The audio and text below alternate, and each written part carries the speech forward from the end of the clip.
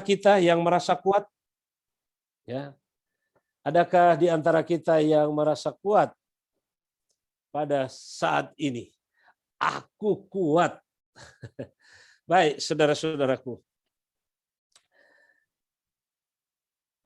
Kalau kita lihat ayat kita pada Sabat ini, Efesus pasalnya yang ke-6 ayat 10 sampai 20, kita tentunya kalau sesuai dengan ayat ini kita tidak berada di dalam suasana peperangan.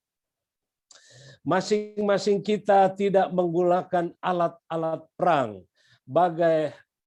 Bagaimana kita juga tidak menggunakan alat-alat untuk pelindung diri. Kita juga mungkin sebagai rakyat kita tidak pergi ke tempat-tempat persembunyian agar supaya diselamatkan. Dan pada Sabat ini atau situasi seperti ini, kita sadar atau tidak sadar, kita berada di dalam situasi mencekam. Ya, di dalam situasi mencekam. Sadar atau tidak sadar, kita sementara berada di tempat-tempat perlindungan agar supaya kita tidak terpapar dengan COVID ini. Kami sudah hampir 1 bulan isolasi mandiri oleh karena istri dan anak terpapar COVID. Ya, saudara bisa bayangkan satu rumah dalam 2 minggu, hampir 3 minggu, semua menggunakan masker. Semua menggunakan masker. Ya. Apalagi istri dan anak saya Jenis harus diisolasi di satu ruangan. Kami menghantarkan segala sesuatu yang dibutuhkan. Harus selalu menggunakan hand sanitizer, harus menggunakan masker, harus menggunakan sarung tangan. Saudara bisa bayangkan saya menghantarkan makanan hanya diletakkan di balik pintu. Ya. Hanya diletakkan di balik pintu. Jadi bagaikan kita ada di tempat-tempat perlindungan. Ya. Mawas diri agar supaya kita tidak terpapar COVID.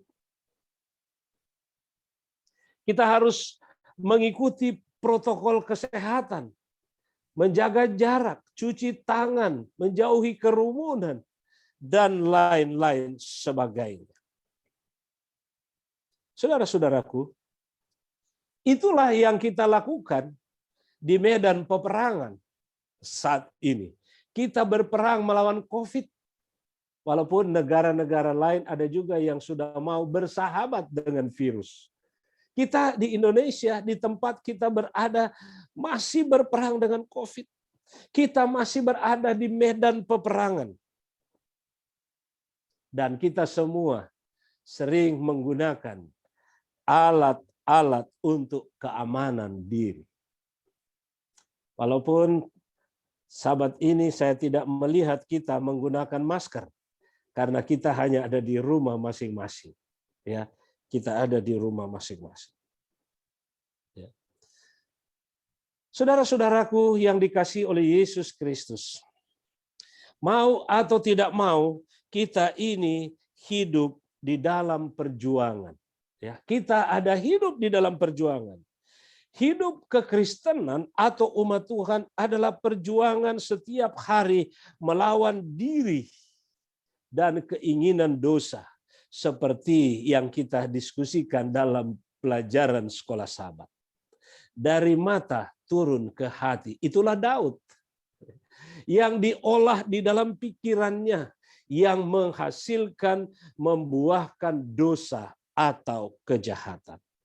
Hidup kekristenan adalah perjuangan yang tidak dapat kita menangkan dengan kekuatan kita sendiri. Kita ini lemah. Makanya judulnya kuat di dalam Tuhan, bukan kuat dengan kekuatan sendiri. Ya, mungkin saja kita dapat kekuatan dari orang lain, tetapi di atas segala-galanya kita memperoleh kekuatan dan kemenangan melawan diri dan dosa atau situasi apapun yang kita alami hanya melalui kasih karunia Tuhan. Oleh karena di dalam Sakaria pasal 4 ayat 6, bukan dengan keperkasaan atau bukan dengan kekuatan, melainkan dengan rohku, firman Tuhan semesta alam. Bapak Ibu umat-umat pengharapan di distrik Jember. Di dalam Efesus pasal 6, ayat 1 sampai ayatnya yang ke-9, menyatakan tentang ketaatan dan kasih. Ada nasihat kepada anak-anak, kepada bapak-bapak, kepada hamba, dan kepada Tuhan. Apa yang harus dilakoni di dalam kapasitas yang berbeda pada saat ini. Ayat 10 sampai 13 adalah nasihat untuk kuat dengan menggunakan perlengkapan senjata rohani. Ada jenis-jenis perlengkapan di ayat 14 sampai 17. Dan pada akhirnya Rasul Paulus menekankan itu semua dibungkus dengan penyerahan mutlak dan total kepada Allah di dalam doa-doa dan permohonan. Itu yang perlu dilakukan di dalam situasi peperangan saat ini. Oleh karena mengapa? Ayat 12 mengatakan, karena peperangan kita, ya, karena peperangan kita atau perjuangan kita bukan melawan darah dan daging. Apalagi? Tetapi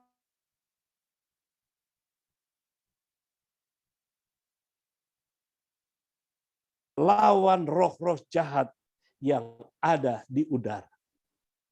Dalam situasi COVID ini, ya, dalam situasi COVID ini kita tidak bisa melihat mana virus itu. Dari mana ia datang, dari arah mana dia dapat menyerang kita. Nah, seringkali juga kalau kita berada di tempat yang ada orang, kita tidak tahu mana tertular atau tidak yang dikenal dengan OTG. Makanya kita menggunakan masker. Bahkan juga bisa menggunakan sarung tangan, alat pelindung, agar supaya bertahan dan tidak terpapar COVID. Banyak dianjurkan soal bagaimana kita menjaga kesehatan kita dengan makan makanan yang sehat, agar supaya menumbuhkan, menguatkan imun kita. Menguatkan imun kita. Saya membaca di dalam satu situs, orang-orang sekarang ini sangat concern dengan masker. Sangat concern dengan masker. Bahkan dianjurkan sekarang ini harus menggunakan masker 2 lapis. Karena varian Delta ini sangat kuat. Bahkan orang berpapasan aja dengan orang yang terkena COVID bisa saja tertular. Tetapi di dalam tulisan itu dikatakan, yang seharusnya yang harus dilakukan adalah bagaimana kita menjaga agar supaya imun kita kuat, agar supaya tidak mudah terpapar virus corona. Imun yang kuat. Ya. Kalaupun kita menggunakan alat yang lain tetapi imun kita drop, kita mudah terserang penyakit. Kita mudah terserang oleh virus itu. Demikian juga di dalam kerohanian kita. Kita menggunakan berbagai cara, tetapi kalau iman kita lemah, kita mudah terserang oleh virus dosa yang sangat mematikan. Nah, oleh sebab itu, saya ulangi, akhirnya hendaklah kamu kuat di dalam Tuhan, di dalam kekuatan kuasanya. Di terjemahan yang lain menyebutkan kekuatannya yang besar, ya, kekuatan yang besar. Karena perjuangan kita Peperangan iman kita adalah peperangan yang kita tidak dapat kendalikan. Adalah perjuangan yang kita tidak dapat menangkan dengan kekuatan kita sendiri. Melawan roh-roh yang jahat di udara, yang menyerang kita, yang sementara mengarahkan senjatanya dari berbagai sisi dan di dalam bentuk kejahatan untuk menjatuhkan iman kita. Maka kita harus kuat di dalam Tuhan. Ya. Kuat di dalam Tuhan. Jadi, apa rahasia jadilah kuat untuk memperoleh kemenangan? Ayat 16, aku berdoa, Efesus 3 ayat 16 maksudnya.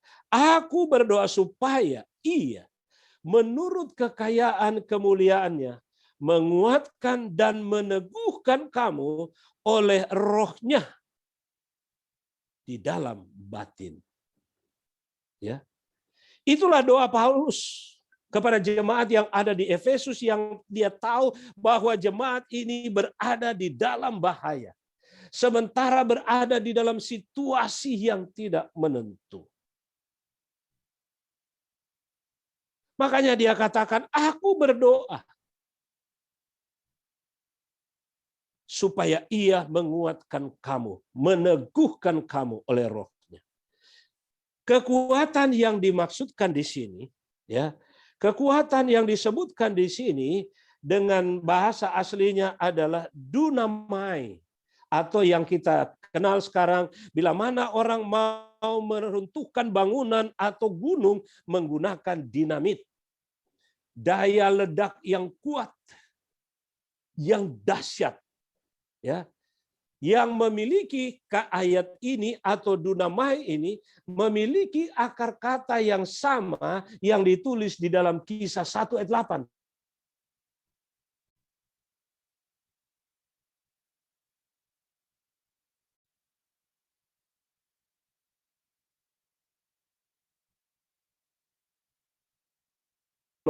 Yang dijanjikan oleh Tuhan, kuasa itu akan menjadi bahagian kita.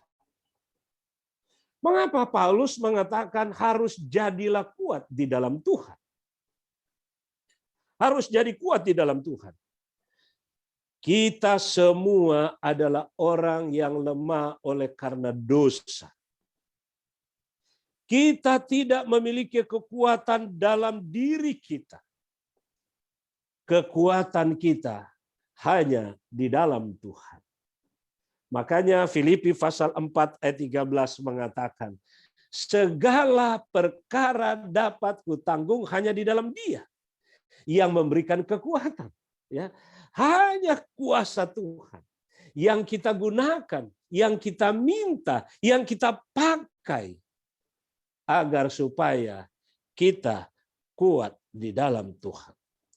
2 Korintus 12 ayat 9 firman Tuhan berkata, cukuplah kasih karuniaku bagimu, sebab justru dalam kelemahanlah kuasaku menjadi sempurna. Artinya dalam kelemahan di sini oleh karena kita tidak dapat berbuat apa-apa, kita hanya bergantung kepada Tuhan.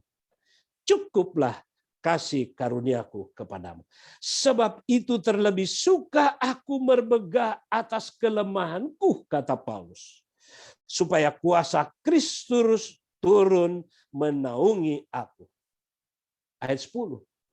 Bagian C. Sebab jika aku lemah, maka aku kuat. Artinya lemah dan bergantung sepenuhnya kepada Tuhan. Bapak, Ibu, saudara-saudaraku yang dikasihi oleh Yesus Kristus, itulah yang saya katakan, di saat kita merasa diri kita mampu. Wah, saya ini pendeta, saya ini ketua, saya ini majelis, saya ini kuat. Mungkin seperti di dalam Lukas pasal 18 menyebutkan, Tuhan, aku bersyukur Karena aku tidak seperti orang lain. Aku berpuasa 2 kali, aku bayar perpuluhan, aku rajin masuk gereja, aku melayani, dan lain-lain sebagainya. Saudara-saudaraku, di dalam Alkitab ada banyak contoh, tapi saya hanya memberikan paling tidak 2. Orang yang merasa diri kuat namun lemah. Orang yang merasa diri mampu tetapi sebenarnya tidak dapat berbuat apa-apa. Yang pertama, ya, adalah orang yang paling dekat dengan Yesus adalah Petrus. Ya, murid yang merasa diri mampu dan kuat di dalam Matius pasal 26. Apa yang dikatakan? Apa penyertaan Petrus untuk tidak menyangkal Yesus? Dia katakan, Guru atau Tuhan. Biarpun mereka semua ini tergoncang imannya, aku sekali-kali tidak. Sekalipun aku harus mati bersama engkau, aku tidak akan menyangkal engkau. Betapa pongahnya Petrus ini. Ya, merasa diri mampu. Mungkin saya, Tuhan saya ini pendeta. Paling tidak saya ini seringkali berdoa, mendoakan. Saya berkhotbah melayani. Masa sih saya harus jatuh atau bisa jatuh? Saudara, kalau kita mengandalkan kemampuan kita, mengandalkan keberadaan kita, itulah yang dikatakan kesombongan rohani. Bahkan seperti orang Farisi di Lukas pasal 18 tadi. Dia membedakan dirinya dengan orang lain, bahkan menunjuk seperti orang itu. Saya mungkin katakan, Tuhan, saya ini ketua conference, itu kan pendeta-pendeta, apalagi masih pendeta muda seperti pendeta Billy dan pendeta Dwi. Aku masih lebih kuat. Oh, saudara-saudara, di mana kita merasa kuat dan pada akhirnya datang kepada kesombongan, disitulah kita mudah jatuh.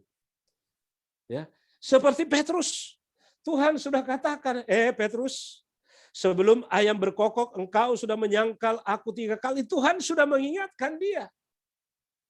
Tuhan sudah memberitahu dia bahwa dia itu lemah.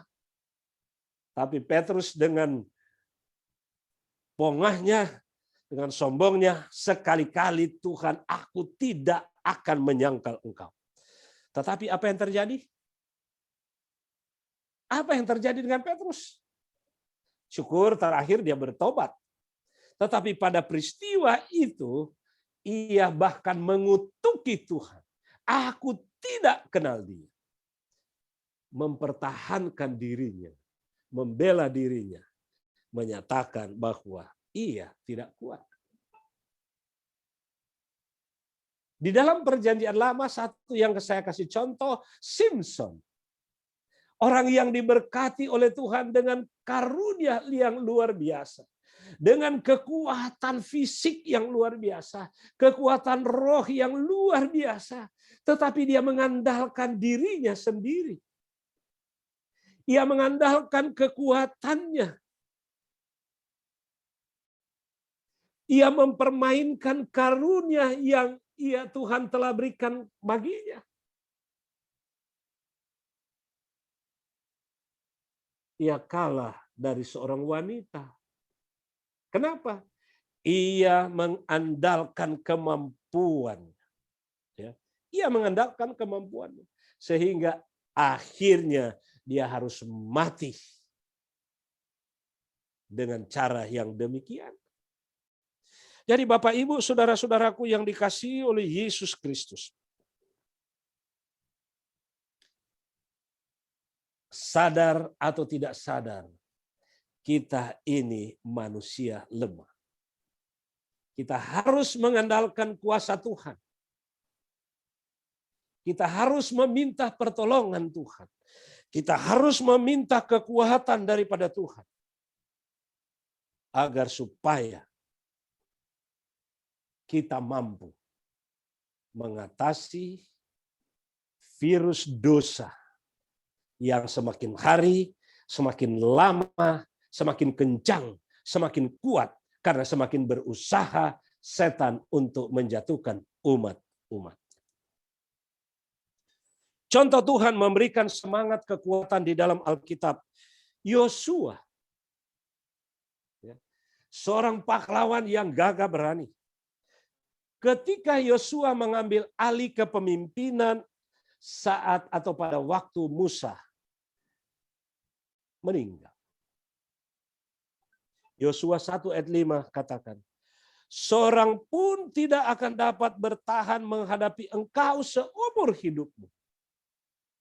Jadi kekuatan dari Yosua adalah dari Tuhan yang dianugerahkan kepadamu. Seperti aku menyertai Musa, demikianlah aku akan menyertai engkau. Aku tidak akan membiarkan engkau dan tidak akan meninggalkan engkau. Apa yang dikatakan Tuhan? Kuatkan dan teguhkan hatimu. Sebab engkaulah yang akan memimpin bangsa ini memiliki negeri yang kujanjikan dengan bersumpah kepada nenek moyang mereka untuk diberikan kepada mereka. Ayat 7. Firman Tuhan berkata, hanya kuatkan dan teguhkan hatimu.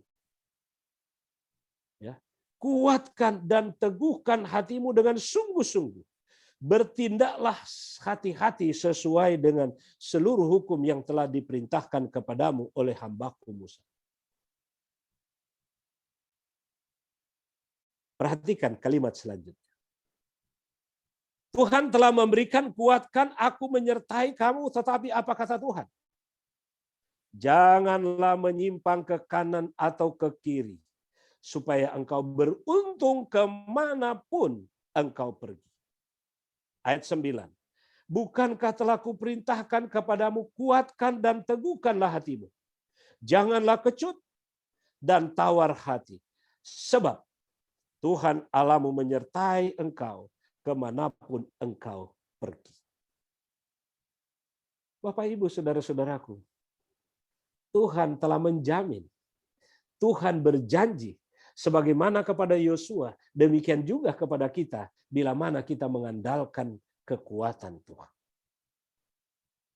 Mari kita lihat selanjutnya apa kata Daud kepada Salomo. Di dalam 1 Tawarikh pasal 28 ayatnya yang ke-10. Camkanlah sekarang sebab Tuhan telah memilih engkau untuk mendirikan sebuah rumah menjadi tempat kudus. Apa yang dikatakan? Kuatkanlah hatimu dan lakukan itu. Ayat 20. Lalu berkatalah Daud kepada Salomo anaknya, kuatkan dan teguhkan hatimu dan lakukan itu. Janganlah takut dan janganlah tawar hati. Sebab Tuhan Allah, Allahku menyertai engkau. Ia tidak akan membiarkan engkau dan meninggalkan engkau sampai segala pekerjaan untuk ibadah ini atau rumah Allah selesai. Daud menyadari Salomo itu belum berpengalaman. Daud menyadari bahwa anaknya itu belum mampu. Oleh sebab itu dia menguatkan, ia memberikan pertolongan dan kekuatan dari Tuhan akan diberikan kepada mereka yang percaya kepadanya. Di dalam buku Evangelisme halaman 98, Pena Ilham berkata, kita tidak dapat melakukan apapun atas diri kita sendiri. Tetapi melalui Kristus kita dapat melakukan segala sesuatu. Seperti Filipi 4 ayat 13 tadi. Kita akan kuat di dalam Tuhan dan kuasanya. Allah hidup dan memerintah. Ia akan memberikan segala bantuan yang kita perlukan. Garis bawahi. Bantuan yang kita perlukan. Berarti kita mau mengandalkan Tuhan. Selaku anak-anak Allah, kita berhak, ya, saya baca sekali lagi. Selaku anak-anak Allah, kita berhak menerima kekuatan dan dukungan setiap saat dari janjinya. Kasih karuniaku cukup bagimu. Menarik. Pena Ilham yang berkuasa ini. Andalkan Tuhan karena Ia telah berjanji akan mengaruniakan kepada kita. Maka oleh sebab itu di dalam Lukas 11 ayat 9 sampai 13, khususnya ayat 13, ia akan memberikan Roh Kudus, dunami tadi atau dinamit tadi. Ia akan memberikan kuasa Roh Kudus kepada barang siapa yang meminta kepadanya. Saudara-saudaraku, kalau kuasa yang kita minta kepada Tuhan, maka Rasul Paulus berkata di dalam Roma pasalnya yang ke-8 ayat 31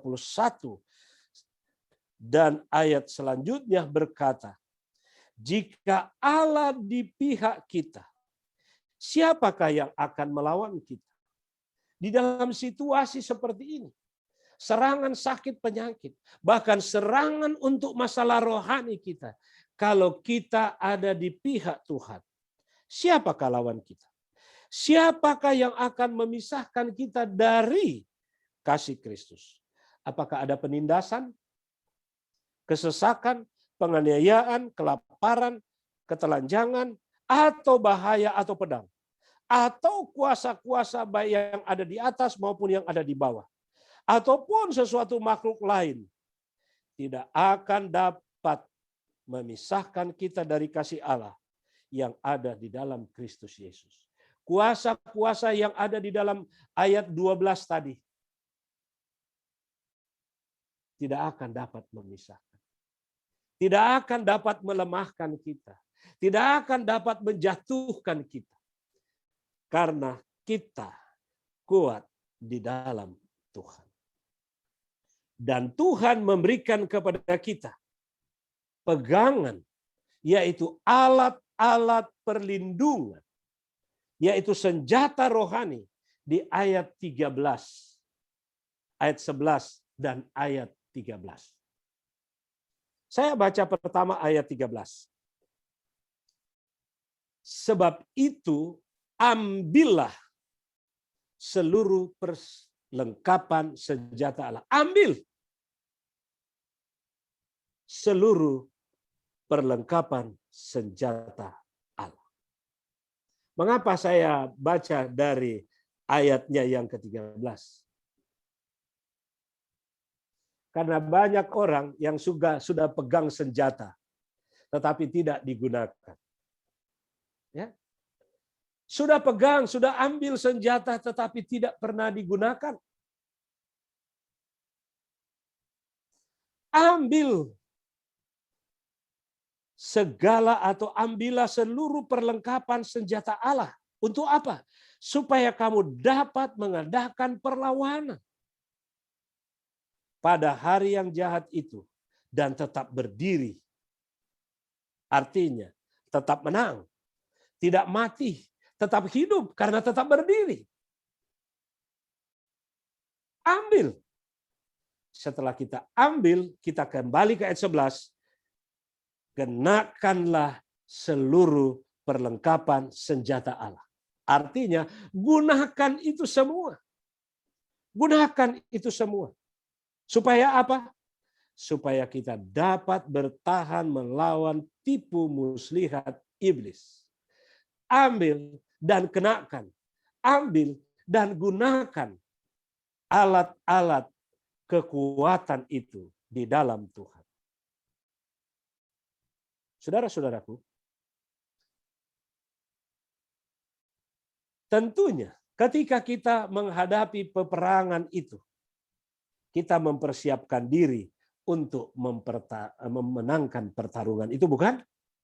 Ada persiapan. Ya. Karena mengapa? Semakin dekat akhir zaman akan semakin susah bagi kita menghadapi pertarungan rohani atau iman. Peristiwa yang kita hadapi, Bapak Ibu sekalian, saat ini belum seberapa sesuai dengan firman Tuhan. Kita akan masih menghadapi sesuatu yang lebih berat daripada ini. Maka itu persiapkanlah diri kita dengan baik dan bijaksana.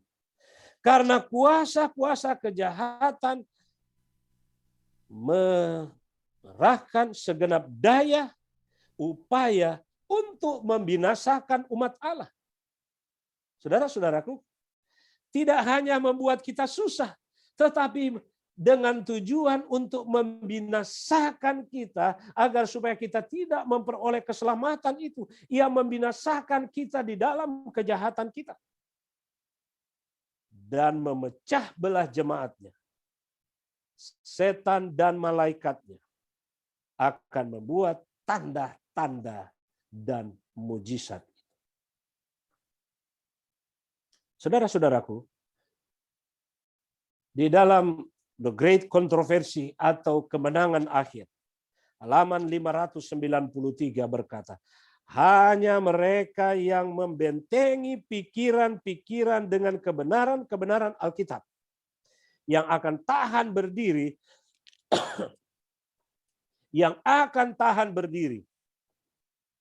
menghadapi peperangan besar yang terakhir.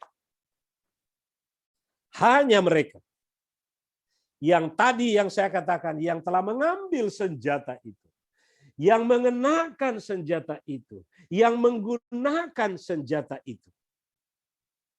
Yakub 1 ayat 22, hendaklah kamu menjadi pelaku-pelaku apa? Firman. Firman adalah senjata Allah. Mari kita lihat selanjutnya bahwa di ayat 14-17 ini perlengkapan rohani 1-5 adalah pelindung. Alat pelindung kita. Ikat pinggang, baju sirah, kasut, perisai, ketopong. Dan hanya ada satu senjata. Adalah pedang roh. Saat ini, di situasi seperti ini, kita harus menggunakan pelindung. Ya, dikatakan masker saat ini. Tetapi di dalam perkara rohani, di mana semakin hari dunia ini semakin jahat. Bagaimana usaha kegelapan untuk menjatuhkan umatnya. Bagaimana agar supaya kita kuat dan tidak terserang oleh senjata iblis. Gunakanlah pelindung-pelindung ini. Mungkin kita saat ini sesuai dengan ayat ini, kita tidak di dalam posisi menyerang. Kita di dalam posisi bertahan agar supaya kita kuat dan tidak terserang dan akhirnya membinasakan kita. Ikat pinggang kebenaran. Sabuk. Karena di dalam dunia peperangan, sabuk militer itu adalah alat yang vital. Ikat pinggang yang kuat yang dirancang untuk menopang tubuh untuk tetap berdiri, tegap berdiri. Makanya di ayat 10, akhirnya saudara-saudara berdirilah tegap. Ikat pinggang adalah alat yang dirancang untuk menopang tubuh pada saat-saat yang sama berfungsi menutupi bagian perut yang mungkin tidak terlindungi oleh baju sirah. Karena ikat pinggang di dalam peperangan saat itu bukan seperti kita saat ini, ada plastik, ada kulit, ya, bahkan ada yang cuma dari daun-daun yang dikeringkan. Tetapi itu adalah pelat metal yang digunakan memang agar supaya kokoh dan juga melindungi bagian bawah kita. Ikat pinggang. Ya. Pelat baja pelindung yang kuat. Fungsi ikat pinggang juga adalah untuk mengikat tubuh kuat-kuat sehingga terlindung dari peperangan. Ikat pinggang. Bukan pinggang juga secara fisik. Tetapi pinggang berupa akal budi kita. Ya. Berikat pinggangkan kebenaran. Ikat pinggang yang mampu memenuhi tujuan ini adalah kebenaran. Firman Tuhan. Yohanes 17 ayat 17. firman-Mu adalah kebenaran. Ya, firman-Mu adalah kebenaran. Dengan kata lain, kita tidak akan siap menghadapi pertempuran kalau kita tidak berikat pinggangkan yang kuat atau akal budi. Kita belum berikat pinggangkan kebenaran, yaitu firman Tuhan. Yesus berkata, "Akulah jalan dan kebenaran." Ikat pinggang kebenaran. Hanyalah Yesus kebenaran kita. Jadi, berdirilah tegap dan berikat pinggangkan kebenaran. Kita harus menggunakan ikat pinggang kebenaran di dua tempat. Dalam arti rohani, di hati kita dan pikiran kita. Hati dan perasaan harus dilindungi dari serangan-serangan setan. Pikiran, ya, yang masuk melalui mata, yang masuk melalui telinga. Sasaran setan tepat. Biasanya sasaran setan tidak pernah meleset. Tetapi kalau kita menggunakannya, menjaga baik-baik hati dan pikiran kita. Makanya, karena ikat pinggang juga adalah kebenaran, adalah firman Tuhan. Mazmur 1 ayat 2, renungkan firman Tuhan baik siang maupun malam. Karena keselamatan atau kebenaran itu menjamin keselamatan kita dalam Kristus Yesus. Karena Kristuslah kebenaran tadi, kebenaran akan mengikat senjata Allah yang lain pada tempatnya sehingga bisa kita gunakan dengan baik. Bapak Ibu, buatlah komitmen untuk menjalani kehidupan kita dari hari ke hari dalam kebenaran sesuai firman Allah. Minta kepada Tuhan sebagaimana Mazmur 86 ayat 11 katakan, tunjukkanlah kepadamu jalanmu ya Tuhan, supaya aku hidup menurut kebenaran. Baju sirah yang dipakai di dada, secara fisik dia akan melindungi tubuh yang vital, khususnya jantung. Saudara-saudaraku, baju sirah kebenaran berarti memasukkan kebenaran Kristus ke dalam hati oleh iman, guna menghapuskan dosa-dosa kita yang lalu, dan kebenaran Kristus menolong kita untuk bertumbuh setiap hari, sehingga tabiat kita semakin mirip dengan Kristus. Saya kutip dari The Armor of Righteousness, halaman 52 dan 53. Bagaimana kasut? Ya, bagaimana kasut yang merupakan kerelaan untuk Injil, memberitakan Injil damai sejahtera. Nah, mungkin kasut ini dalam konteks kita saat ini, itulah I will go. I will go. Kasut juga harus kuat. Dan kasut itu harus pas di kaki. Tidak kelonggaran, tidak kesempitan. Tetapi pas, sehingga dengan mudah, dengan leluasa kita bergerak, melangkah untuk memberitakan Injil. Tentara Kristus atau umat Tuhan yang berkasutkan kerelaan untuk memberitakan Injil damai sejahtera diumpamakan dengan menggunakan kasut yang cocok dan ringan. Nah, Bapak Ibu Saudaraku, alat yang lain adalah pergunakan perisai iman. Kalau alat-alat yang lain termasuk ketopong keselamatan adalah melekat di tubuh. Tetapi perisai iman ini digunakan untuk melindungi. Dia bergerak dan digerakkan oleh tangan perisai ini. Perisai iman. Ya. Perisai iman. Percaya sungguh-sungguh kepada Allah melalui firman-Nya. Ya. Percaya pada firman Allah dan rajin mempelajarinya serta menghidupkannya. di dalam kehidupan seperti ayat yang saya sudah katakan tadi, Yakub 1 ayat 22, menjadi pelaku-pelaku firman. Sehingga kita mendapatkan kekuatan, kuasa untuk berperang melawan kuasa kegelapan, dan Tuhan memberikan kepada kita kemenangan. Ini dikutip dari buku My Life Today atau Hidupku Kini. Ketopong. Ya. Siapa kira-kira yang mati dikalahkan oleh karena masalah ketopong dalam Alkitab? Goliat. Dia gunakan ketopong. Tetapi karena kesombongannya, ya, ada celah di jidaknya ini yang tidak tertutup dengan ketopong.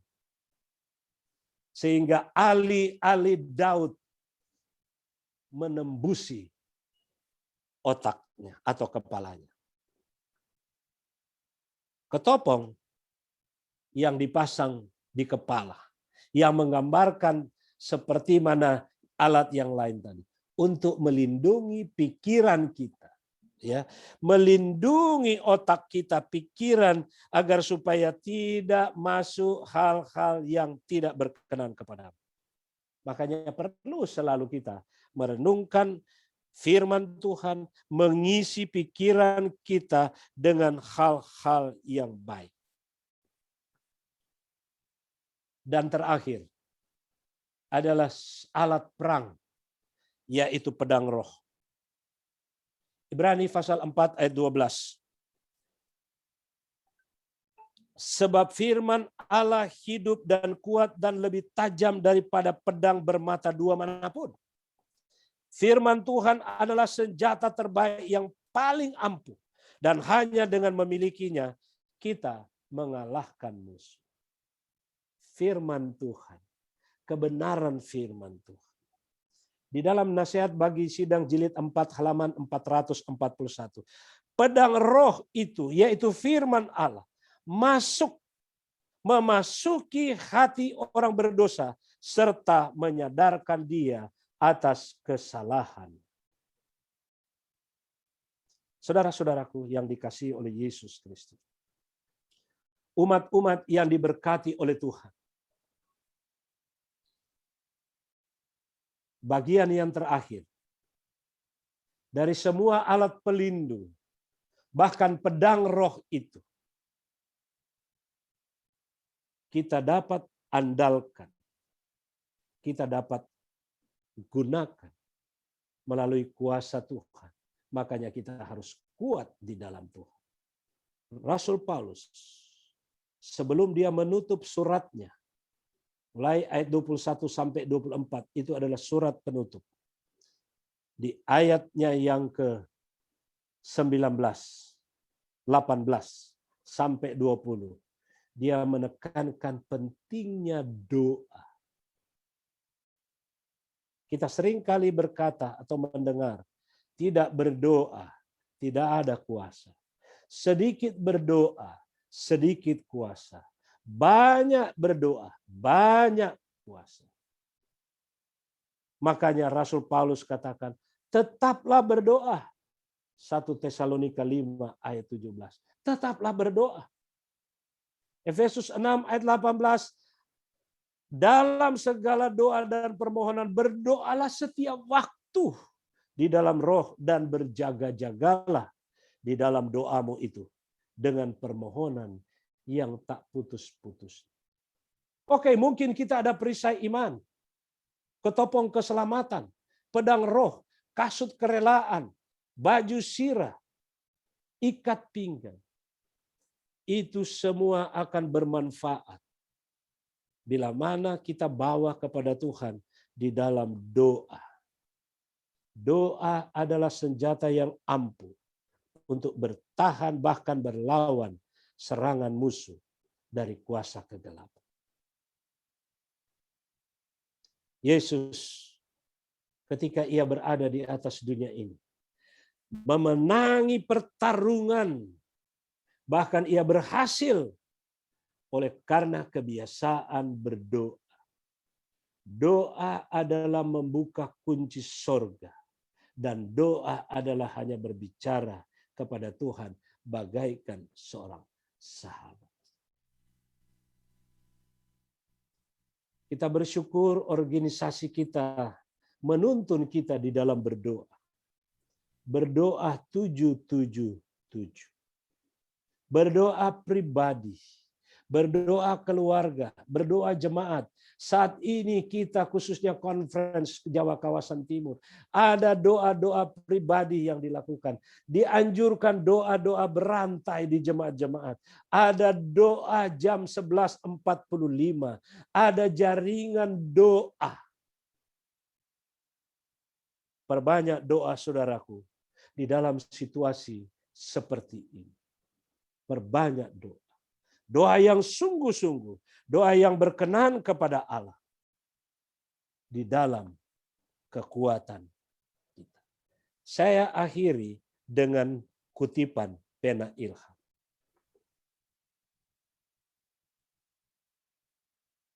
Kepada masing-masing Allah telah menawarkan yang akan menguatkan setiap saraf dan otot rohaninya pada waktu setiap orang menghadapi ujian. Jaminan yang Tuhan berikan kepada masing-masing kita. Aku sudah dinasehatkan, kenakanlah segenap senjata kebenaran Kristus. Dan setelah melakukan segala sesuatu yang Anda dapat lakukan, maka Anda berhak menerima janji kemenangan.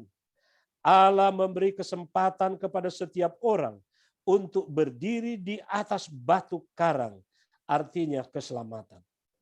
Setelah orang menerima Kristus sebagai juru selamat pribadi, keselamatan mereka belum sempurna di pihak manusia.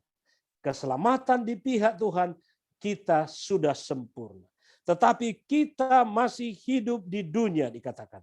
Mereka masih harus mengikuti perlombaan, apakah pergumulan yang berat bagi mereka. Menyelesaikan perjuangan iman, berlalu menuju sasaran ubah panggilan yang suci di dalam Kristus Yesus. Tidak ada istirahatnya peperangan melawan kejahatan. Peperangan tersebut adalah seumur hidup. Engkau haruslah bekerja keras karena engkau berjuang untuk memperoleh hidup yang kekal. My Life Today, halaman 311 dan 313. Hanya dengan iman, dengan pertolongan Tuhan, kita akan memerangi peperangan iman. Dan janji Tuhan, marilah kepadaku hai kamu yang letih lesu dan yang berbeban berat. Aku akan memberikan kelegaan kepadamu. Bapak, Ibu, Saudaraku, umat-umat Tuhan di distrik Jember. Kiranya kasih karunia Allah Bapa, damai sejahtera Yesus Kristus akan menyertai kamu sekalian untuk hari ini dengan janji kemenangan sampai Tuhan datang. Dalam nama Yesus. Amin.